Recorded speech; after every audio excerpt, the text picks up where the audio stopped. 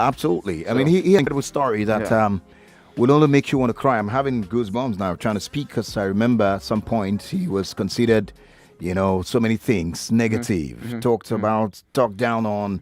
The industry even shunned him. So let's not forget that. Now they're celebrating him. There was a Yeah. point where the industry kind of like, even some radio stations were not playing his song because they felt that, yeah, back home. I mean, it's good to bring those stories to the fore. Yeah. That irrespective, even if the whole system is against you, I mean, when it's your time, you're just going to shine. Yeah. But what we need to shoot for is not just winning the World Music Yeah. Grammy, but actually just like best album overall of the year. That should be the target. That's exactly what we should look forward to, because people need to understand that the Grammy also has categories, and we hope to get more higher, bigger categories as we proceed. And we have a story of a gentleman who just left Asia and decided to just come to Africa, and he just announced, and we hear of things that happen on social media, like someone comes on Twitter and just posts that, hey, you're fired.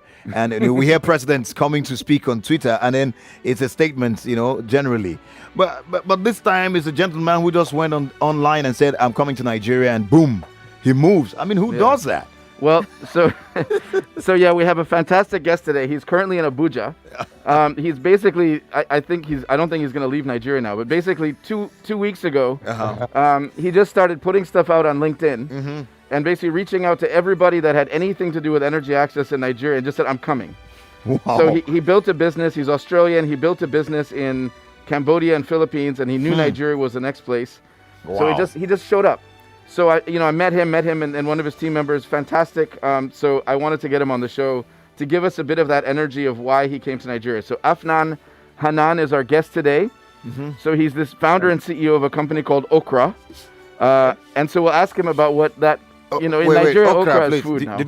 Not food, that's soup. Soup, yeah. So, but he'll talk about that. I think he's going to change his Nigerian brand to be called Okra Soup or something, but we'll see. So Afnan, welcome to the show. How are you this morning? Thanks.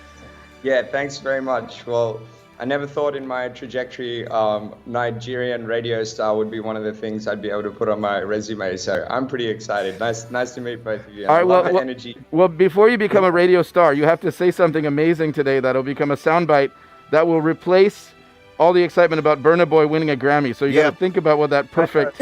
All right, so no pressure. So, but Afnan, he goes by Afi, not to be not Af. It's not short for Afyong. It's short for Afnan. I was going to say that. So, but Afnan showed up in Nigeria. So just tell us a little bit about your background, and then what made you get on that plane to just come here and just show up. It's your first time in Africa, and you came to Lagos. I love that. So tell us what happened and why you did that. Well, do we want to go there right from the start? Well, I guess, why I came here. Like, I'm working in energy access, right? Like, we want to see people get access to power, and this is a challenge all over the world. I mean, when I was young, like me and my brothers, we grew up in Australia, but I'm a brown guy, right? So I was born in Bangladesh, but we grew up in Australia. Okay. And I remember all of us, like, we were growing up in this one room, but we were hustling, right? Like, we learned to make robots, we learned to make electronics, websites, all of these things. And I remember going back to Bangladesh and asking some of my cousins and second cousins, like, what are you guys going to do when you grow up? And they're like, hey, we don't have the same opportunity as you do. Like, you grew up in Australia. And I thought about it a bit, and I'm like, well, yeah, you're right. Like, I live a pretty privileged life in Australia, but at the same time, like, half the stuff that I know and the things that I want to do, that's come from, like, the internet, and not me learning this stuff from school, learning it from, the wealth of information that the world has on the internet. And I think everyone can actually access that. And since then, it's been a passion to make sure that, the roughly, 1 billion people at that time who didn't have energy, that they can get connected as fast as possible. And then bringing that back into kind of Nigeria, right? It was like, so yeah, I did a bunch of work. I worked in building automation, so that's taking like tens of thousands of data points and automating things through software and controls. And after a while, I was like, okay, cool, I got what it takes. Now I'm going to start actually solving the problem that I felt was, part of my calling. And yeah, we've been smashing Asia for the last 4 years. So Philippines, Indonesia, Cambodia. We got the tech ready, it's smashing it, it's working. I'll tell you about it in a bit, but why Nigeria? Nigeria is the place in the world, like 10% of the global off-grid population are in Nigeria. And every Nigerian person that I meet, like whether it's online or whether it's in Australia, they've just got this energy, this passion, this drive, and they're bloody smart, right? And I'm like, man, we gotta get in there. Like we gotta help contribute to the solution of getting energy access out to these 80 million people. So that's why I jumped on the flight. But if you want to hear a funny story, it's like every time I told someone I'm going to Nigeria, they were like, are you serious, man? And I'm like, what do you mean? And they're like, Nigeria is a difficult place to go. They're like, you're going to get, like, shit's going to go down. Business is going to be hard. You're going to come back crawling on your feet. And I was like, all right, that's a place I need to go. See if we can cut it over there. That's a mindset shift right there. Yeah. So before you ask your question, I want to say one thing. So he came actually with a Nigerian colleague. So one of the executives in his company is Nigerian. Wow. And this is the crazy thing. That guy left Nigeria about 13 years ago, but his mother's best friend was my Hausa teacher in secondary school. They came from Cambodia. I'm like the fifth person they meet in Nigeria, and I'm like, dude, you came from this part of Jos. I know your family. Wow. So it's crazy. Anyway, that's some kind of divine connection. Yeah. All right. Okay, so go ahead. Yes, quickly. First, I need to bring the listener on up to speed. First of all, we're streaming live on our social media platforms on Facebook and on YouTube. You could view our guest and also see Wiebe looking so amazing this morning, and find me putting on a jacket just to make sure I could accommodate some of the breeziness that comes with the AC working in the studio here. But you can find out and more on our streams. But we are discussing on Power Solutions unlocking new business models for last mile households. And we are taking lessons from Asia. And our guest, like you heard, is the one we call Afi. We can call him that. He's the co-founder and CEO of Okra Solar, or his name is Afnan Hannan. Well, let me go to the next question, because it's straight to business. On Power Solutions, we're looking for how we can bridge the gap. We're looking for how we can bring, the main conversations on how we can fix the power problems on our continent to the fore. You have a personal vision to close an energy gap of about 800 million people across the entire world who are without power. And this is quite ambitious, if you ask me. How do you hope to achieve this, my friend? Yeah, well, I'd like to start by maybe disagreeing a slightly bit, Collins. I don't think it's so ambitious, right? Like, if we look at the numbers, like we invented electricity, like humans, we invented electricity in the 1800s, right? We landed humans on the moon 50 years ago. And yet today there's 800 million people without power. Like, surely we can address that issue, right? So what's going on? Where do our priorities lie? I think that's the start of how we have to think about it. And we can go further. The US military alone is spending about $800 billion a year on their military budget. And I calculate it's going to cost less than $300 billion to energize every single person on the planet. So yeah, I mean, it might be ambitious, it's a big thing, but we can definitely do it. And once these people are connected, you see straight away their income increases, their security increases, their access to opportunities increase. And I calculate that if everyone in Africa that currently doesn't have energy gets connected, it will increase GDP by about $150 billion a year, which means that's like a 2-year payback on investment. So, but yeah, the challenge is, I guess, right now the governments or the World Bank, et cetera, the donors, institutions, they're simply not putting this money in, right? So we need to think of other ways of doing that, and that's why Okra actually exists. And leverage like technologies, I'm sure we'll go into it later, but we leverage advanced technologies that are available today, and we use that to enable profitable models for actually getting energy out to the last mile. So we don't have to depend on these big donors and institutions to put the money in. We'll just get it done because it makes economic sense. Well, leveraged technology, that's a great point to pick from that. Yeah, so you said in 2017 you started Okra Solar.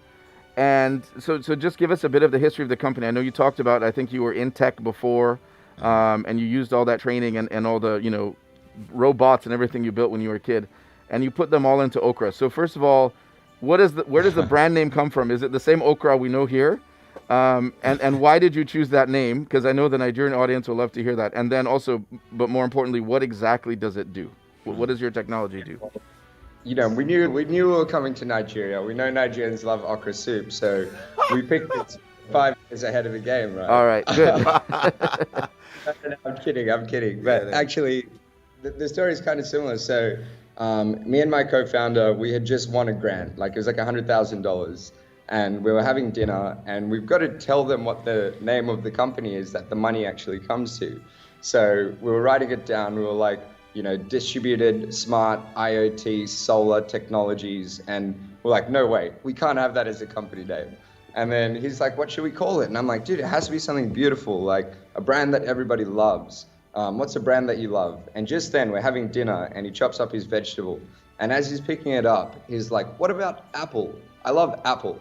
As he's saying apple, you can see the cross section of the vegetable he's eating, which is the okra, and it's so beautiful and it's so perfect, and that's how it happened. We're like, okra, that's the one for us. Wow. Very interesting to hear. I mean, that's a very interesting story. I'd like to know. Now, let's talk about the technology. All right, it's known for as what you call a mesh grid, right? Technology. Can you explain what mesh grids is to my audience and how it compares to traditional electrification solutions that most of us are familiar with? What's the difference? What is this mesh grid about? Yeah, sure. So I guess the genesis story, to kind of talk a bit to what Wiebe said, because I didn't answer his question fully, was that when we went to Cambodia, we were going to these remote villages, and some households had enough money to basically buy a solar home system. And what we saw was that there's a house with a massive solar home system. They paid like $1,000 for it, but they're just running a few light bulbs. So they're literally just wasting so much power, right? And then next to that house, there's another house that's trying to run like a rice cooker, and they've got a small system, and they're just complaining of blackouts all the time. Mm-hmm. And they're like trying to plug temper into their battery and just get all the juice out. And we just saw an opportunity. We're like, all right, you know, some systems have so much extra power and other households are getting blackouts. So, you know, what if we just connected all these systems together, and then you could actually share and pool the resources that are available. So that's kind of the genesis of the story, but how it came up. But then at the end of the day, you need to make a business or a solution that's going to fit the problem that the market actually has, right? And so we looked at the existing solutions, and there's two solutions, and they've both, you know, done a really good job of fitting the problem. One is a solar home system. We just talked about that. It's really, it's quick to set up, but it can waste a lot of power and be really inefficient. The other one is a mini grid. And a mini grid is, you know, it provides significantly more power. Like for the engineers out there, like you can have like 100 kilowatt mini grid, and then you can serve like 100, 200, 300 households, and they can use a lot of power for like rice cooking, washing machines, all of that. But the challenge with that is, and I'll ask you this question, do you know what the second, or let's say first, second, and third largest costs of a mini grid actually are in that order? You're asking us? Yeah. I'm good at asking you guys. Let me guess. The distribution. Yeah, well, you guessed right. Most people don't, right? Most people think. But I guess you're an expert in this space, right? So, you know, significantly more than the cost of the solar panels is actually the distribution. So laying down the cables and getting the power to all of the households. And that's because all of the power from where it's generated has to go through this single cable. So you need high voltage and you need thick cables that cost a lot of money. So what Okra did was we were like, okay, cool. Well, we know that solar home systems are really easy to install, but we need the interconnection of them to pool the resources so we can use them more efficiently and people can use more power. And that's what we did with the mesh grid. It's basically like a plug and play system like Lego. You can go to any community and just plug all these solar home systems together. And interestingly, because power is only going from one house to the next, node to node, rather than from the centralized point all the way to the end, you've only got a small amount of power over the cable, and you're reducing the distribution costs to roughly 1/10 of the distribution size that you need. which was a pretty big innovation. And there's a lot more in terms of the IoT and stuff, but that's how the mesh grid works. All right, if you're viewing us on Facebook, that's very interesting. And you want to share with us how the weekend went for you with the no power, no fuel, because it was a very hectic weekend for most Lagosians. You can share on Facebook. Don't call. Just share on Facebook. Drop your comments there. I already saw a number of comments on Facebook at Nigeria Info 99.3. How did you survive the weekend? Did you wish if you had solar or some solution like the mesh, you would have had a better life? If only Afi had been here 4 years ago. I mean, we'll probably not have that challenge. We wouldn't right? have this challenge, yeah. So, guys, share with us that on social media. Yeah. So, look, I mean, I know we talked about this a bit, but you came from, Indonesia, Cambodia, Philippines. These are all countries that also have power. And then you decided to come to Nigeria first in Africa. Now, most entrepreneurs, if they aren't already in Nigeria and they're coming to Africa, they'll go to Kenya, maybe Rwanda, maybe Ghana, maybe Senegal or South Africa, something like that. But most people don't come to Nigeria first. They say, okay, let's learn in Africa for beginners, and then later on we'll come to Nigeria, where the market is, but also where it's a lot tougher. So why Nigeria first? Why didn't you test it somewhere else and then bring it here once you kind of proved it in Africa? Yeah, I mean, I think I touched upon a little bit of it before, but it's basically like this is where there's 80 million people. It's the biggest market in the world, and I think importantly, one of the things I've noticed coming here is like every meeting interaction that I have with, Nigerian person, local people, like they've got this energy, this spirit, and just the sheer intellect and the hustle and drive to make things happen. And so our model, right, as I mentioned, is we provide technology and tools to local utilities and developers to actually go out and get energy to these communities. And Nigeria is a place where the developers, the companies that are here that actually really want to go out and get energy access out there, the ones that are going to hustle and get it done, I mean, it's paramount. Like these, I'm really impressed, and we want to keep partnering with them. So to give you a bit of context, like, people told me that it was going to be challenging, right? And not sugarcoat it, pretty much they were like, it's going to be dangerous for you to go out here. There's going to be places where you're going to be tough. We partnered with a company called GVE. They've done 10,000 connections already in Nigeria, and they're aiming for 200,000 more in the next few years. I'm on their board, by the way. So. But he connected that with them without me. It had nothing to do with me. He just found them. Absolutely. So, yeah. Actually, he didn't know that you. No. He just found them. I mean, you're the energy man. No. But he's more energy than me now. Okay. But keep talking about GVE. Let's hear. Let's hear. Yeah. We need all the energy men and women that we can get, right? Yeah. So, and like to tell you a bit of an anecdote, like GVE's awesome, and they're like, we'll try this new innovative tech to see if we can lower our costs and make it more sustainable to get energy out there. And just this weekend, their team and Ote from our team, they hustled to get the pilot project installed. And I hope it's fine me saying this, but basically, one of the GVE guys actually had a challenge. Like he got a bunch of people came up to him and they had arms and stuff, and they were pretty much like, dude, we need your money. Right, and so that happened. GV went through that, but he brushed the dust off his shoulders, went out, finished off the entire installation, and this community now has power. But that's kind of what it takes, from these developers to actually go out and get power to these communities. It's a challenging market, but one where I see everyone has the will to make it happen.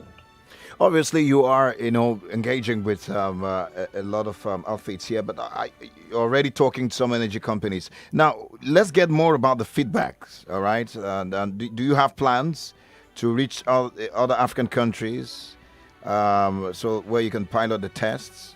I mean, we'd like to know. Are you talking to and all that? Yeah, sure. So I think, the one thing to look at is like the challenge and the opportunity in Nigeria is just so huge, right? So we really want to put a lot of focus and effort into going deep and working with all the partners here.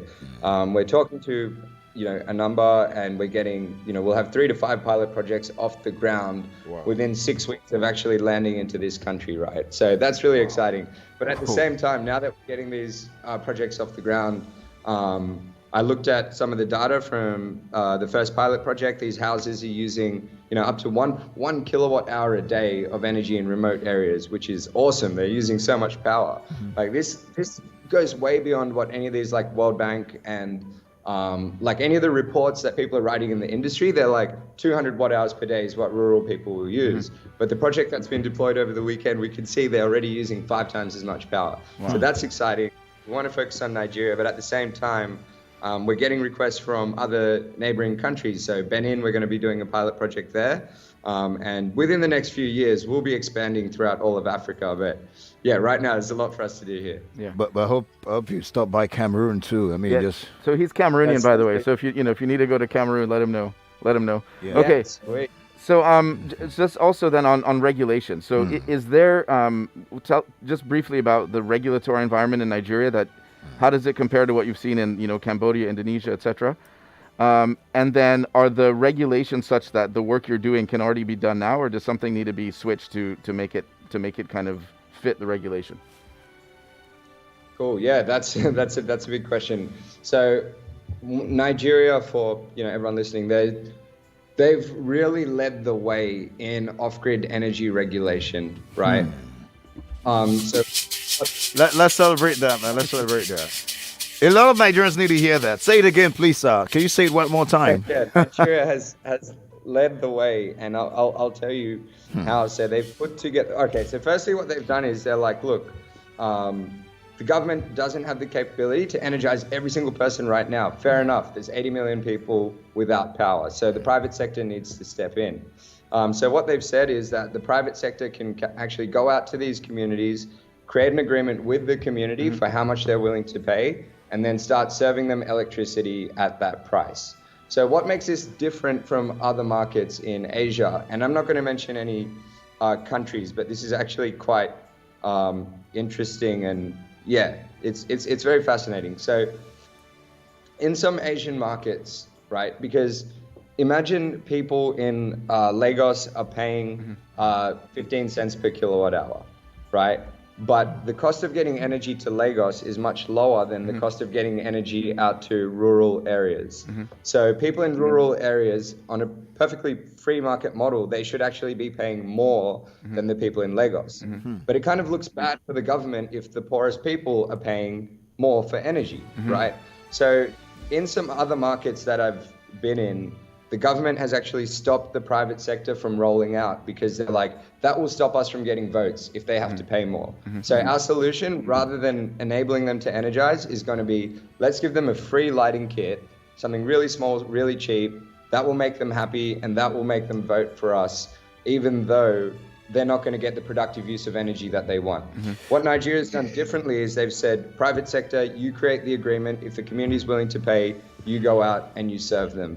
That's number one. All right, great. Before you continue, we'll be wrapping up in less than 2 minutes. We need to quickly go on the commercial break and just pick one or two and then get you to conclude your thoughts, and then we'll say bye-bye.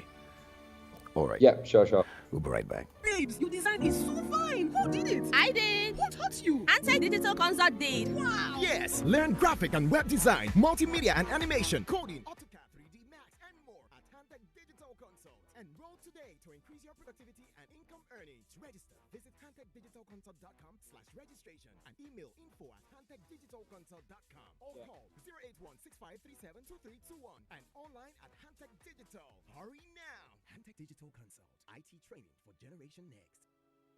It's a new life. It's a better life. A new life is here, where we lift the weight of you. Enterprise life. So you can achieve more in everything you do. Enterprise life.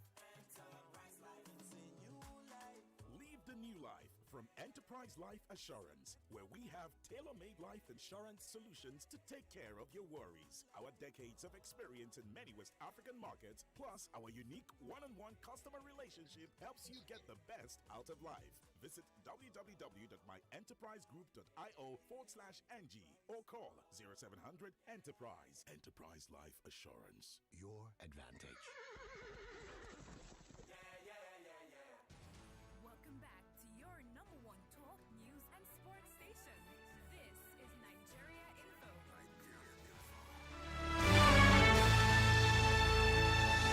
Well, welcome back. You're still listening to Power Solutions Wiebe, Boer, my co-host, are together having this conversation with a special guest, the CEO of Okra Solars. He's Afnan. Hannan, you call him Afi. And we talked a lot about a lot of things. He's the man who has talked about how leveraging on technology, giving lower costs, giving a solution that is cost effective. And also, in 6 weeks, this gentleman has already put out a number of projects. And then, of course, Wiebe is also in the mix because, Wiebe, anything power, Wiebe is right at the front of it. And that's right. But before we let you go, because our time is fast spent, I think Wiebe and I noticed that you've been making some videos online, and you're pitching in random places like airports. Now, how did it come about that quickly? And do you have a message specifically for Elon Musk? And what would you say? I mean, he listens to Nigeria Info. Elon Musk listens to Nigeria Info. Jack Ma has been on his show. So an accomplice of Jack Ma, I'm a friend of Jack Ma. I've been on the show. And I know Jack Ma will be next very soon. So, yes, people listen, even on the global front. So what would you tell Elon? All right, sweet. So this is the elevator pitch, right? Exactly. And this is to Jack Ma and Elon Musk. But basically, right, 800 million people in the world, they're in the dark. Right, they don't have power and nobody knows anything about them in terms of data. Right, we built IoT technology, and this can enable us to energize these people rapidly at about a fifth of the cost of grid extension. It's going to happen, and once these households are connected, they're digitized. They've got access to digital education. They've got digital finance. Right, we're going to be able to unlock 800 million minds, and they're going to generate more income. And that income is going to come back to boost the global economy. So my pitch to Elon Musk would be like, look, man, space is awesome. We all love space, but humans have dreams too. And there's 800 million people that can contribute to more dreams like yours. So just let me pitch you. I'll talk to you and we'll see what we can do together. Oh, great. That's it, man. Wow. I think that's the thing that's going to go viral. It has to go viral. Elon will see it by latest tomorrow. Get this, Operation Get This to Elon Musk. Get this to Elon Musk, exactly. Or Aliko Dangote, one of them. They've got to listen. Yeah. Someone has to listen. All right. But thank you so much. Yeah, so Afi, that was fantastic. Great stuff. And I think, again, we just love your energy. Thank you for coming to Nigeria. Thank you for, understanding the opportunity here and to now use your technology to try and solve the problem here and make Nigeria a greater country than it already is. So thank you very much. We hope you stay here and stick around for a long time. And I think you can run the other markets from Nigeria because this is a much cooler place to live anyway. I mean, how many Grammy Award winners are there in Cambodia, man? This is supposed to be. Next time you see me, I'll be in my kaftan. Okay, so thanks so much. We look forward to that. Power to the people. See you guys. Thank you. Thanks. Wow. What a show. Indeed. We just have to go. All right. And that's where it ends. Next week we'll be here again with another guest. Yeah, I feel energized, man. Afi has energy, and I like that. A lot of energy. Yeah. It feels like speaking to actually Nigerian, someone in the street. He has that Lagos feel already. Yeah, he does. Yeah. So anyway, good luck to him, and look forward to another show next week, and we'll learn more. That's right. Well, that's it for Power Solutions. Bye for now. And I'm signing out on behalf of the entire team. Those who want me, Dikpo Mowari, not forgetting Comfort, also forgetting the digital guys and the team, the guys down there, the marketers, every department that has worked to ensure that we have this radio shows go on the air. I say well done to all of you. And most especially to my co-host and my better half on the morning, I was going to say family talk, Andrea Odobi Teke. Thanks for making it a great show. And to Wiebe Boer for making this Power Solutions yet another beautiful one. I would say thank you, Sai. All right, thank you. Bye for now. 99.3 Nigeria Info. We are more than just radio. Subscribe to our YouTube channel at Nigeria Info FM. Check us out on Facebook at Nigeria Info 99.3. Follow us on Twitter at Nigeria Info FM and on Instagram at Nigeria Info FM Lagos for live updates as it happens. 99.3 Nigeria Info. Let's talk.